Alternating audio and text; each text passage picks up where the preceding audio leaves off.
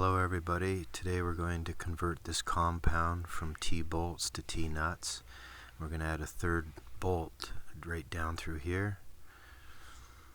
There's a few reasons for this. Hopefully increased rigidity, easier rotation when it's loosened off, and I have a ball turner that uses T-nuts instead of T-bolts, so it'll be easier to swap this over. These heads on these T-bolts are kind of small and they catch the insert hole here when you're rotating. I'm going to try to put the T-nuts in through the bottom hole and we'll see how that goes.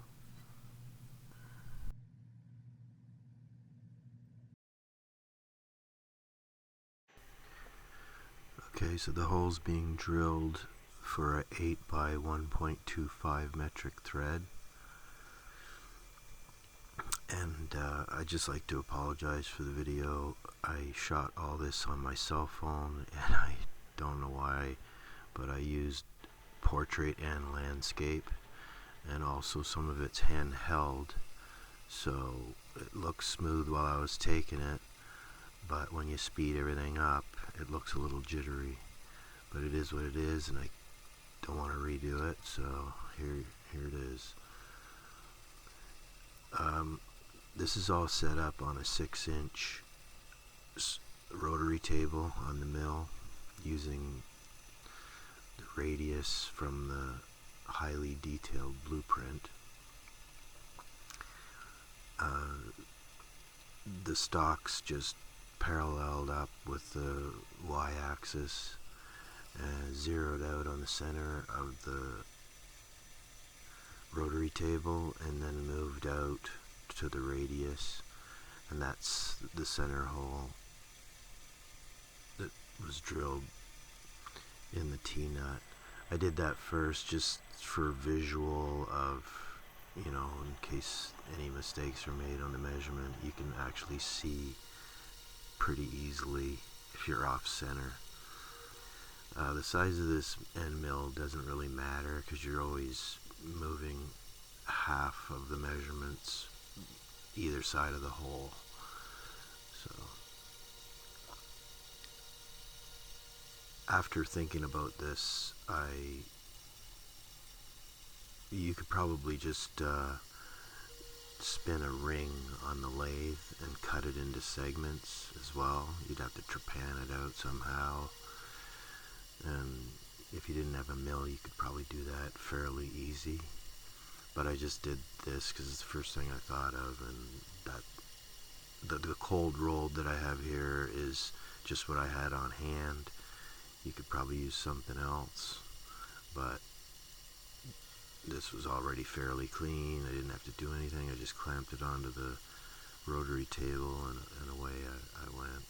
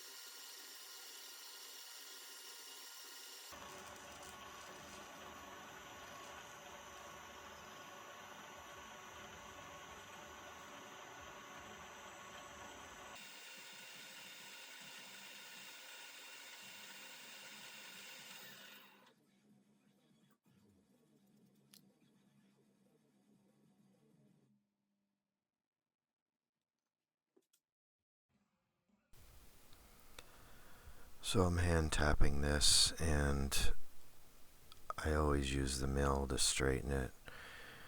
And I don't know why I didn't this time, but one of them was a little crooked and I had to run the tap in and out a few times. and that made the threads a little loose. So don't do that, and make sure you straighten it on the mill before you start tapping.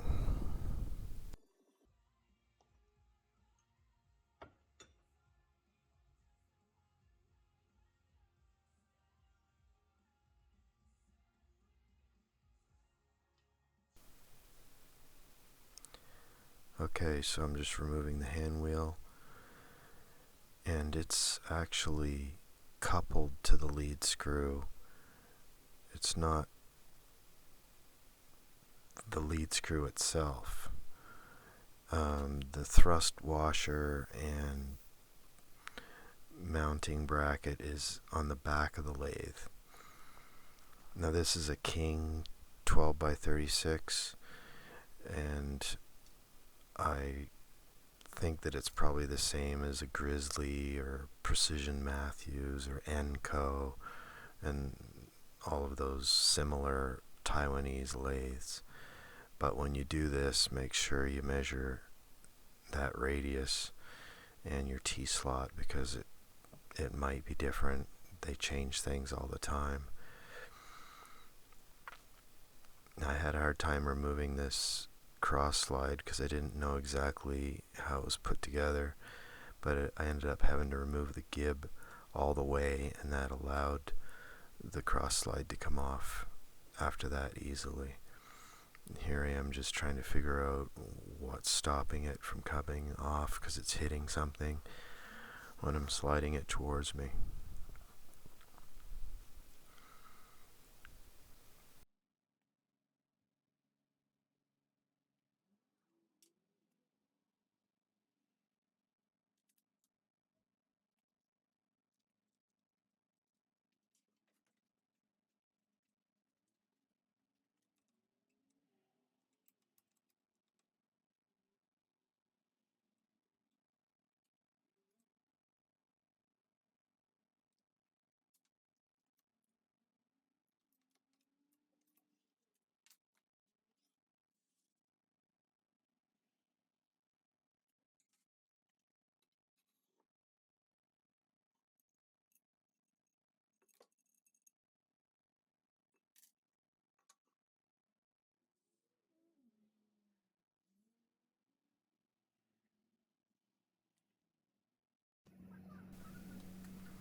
Okay, this is where it gets scary. We're cutting our lathe parts here. This is just eyed in on the center of the pinhole and the center of the T-slot hole. The material is only about 1/8 of an inch thick, and I'm going slow and fitting the T-nut every once in a while to see if the hole's big enough.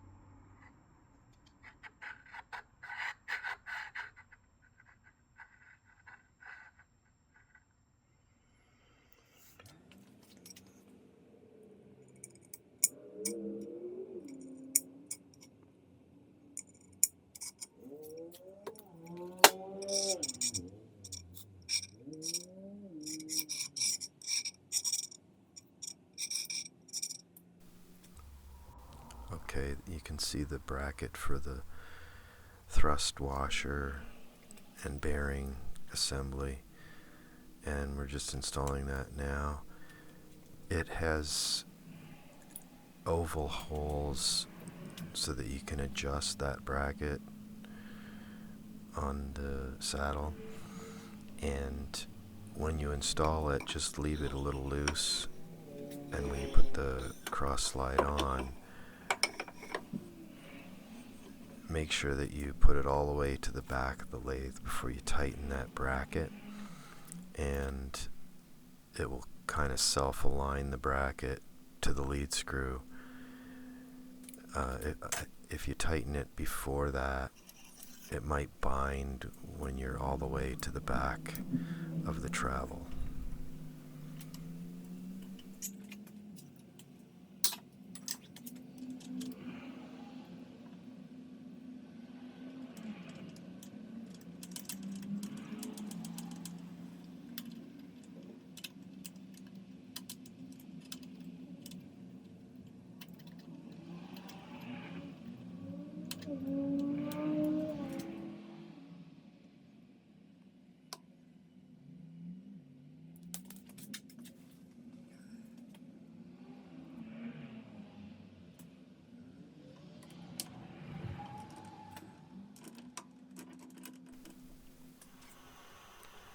So I have a 2-flute end mill here. It's not the correct size, but it's the only one I had that could drill all the way through. And you definitely have to use an end mill because you're drilling half a hole here, you can see. And after I ran this through, I ran a 4-flute of the correct size. When I counterbored the hole, I didn't drill it deep enough to make the bolt flush so that I could leave as much material as possible on the compound for more strength. There's a clearance between the compound and its base, and I took that into account, as well as the bolt was turned down slightly to make it shorter.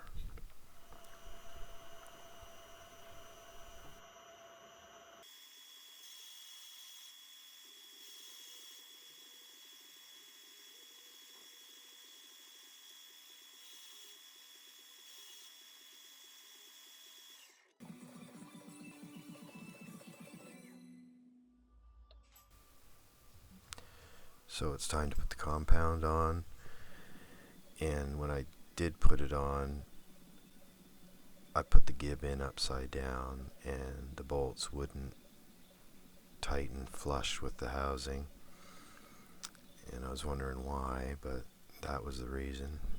There's a notch in the gib that allows the bolt to be more flush to the housing, so I just reversed it and everything was fine.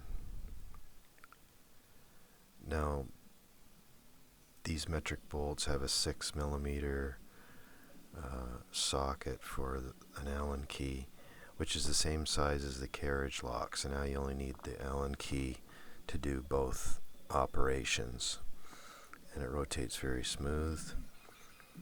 And I also made some thick washers for the 2 original hole positions. I didn't put a washer on the new hole, because I wanted as much material left in the base of that hole as possible.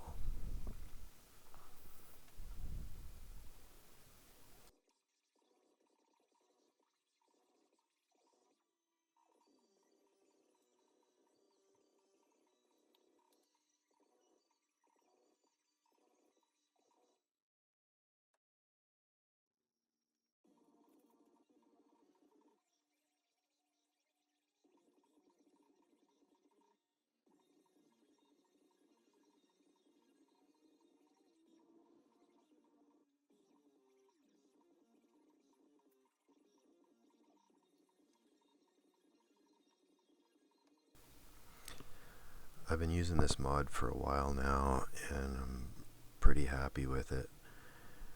I find myself not having to reef down the 2 14mm nuts to keep everything tight. I just tighten these 3 bolts moderately, and it holds the compound really solid. Parting off seems to go pretty well too. If you do the mod, I'm sure you'll be happy with it.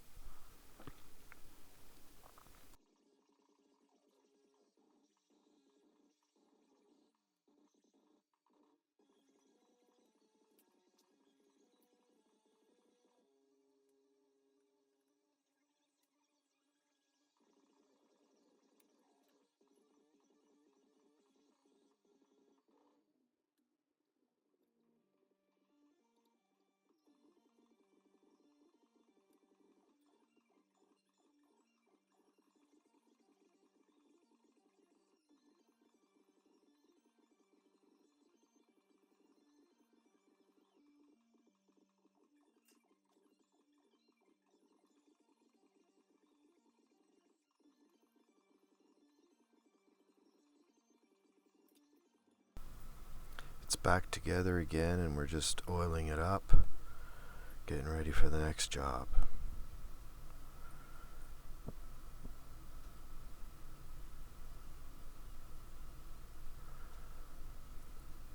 Thanks for watching, and we'll see you next time.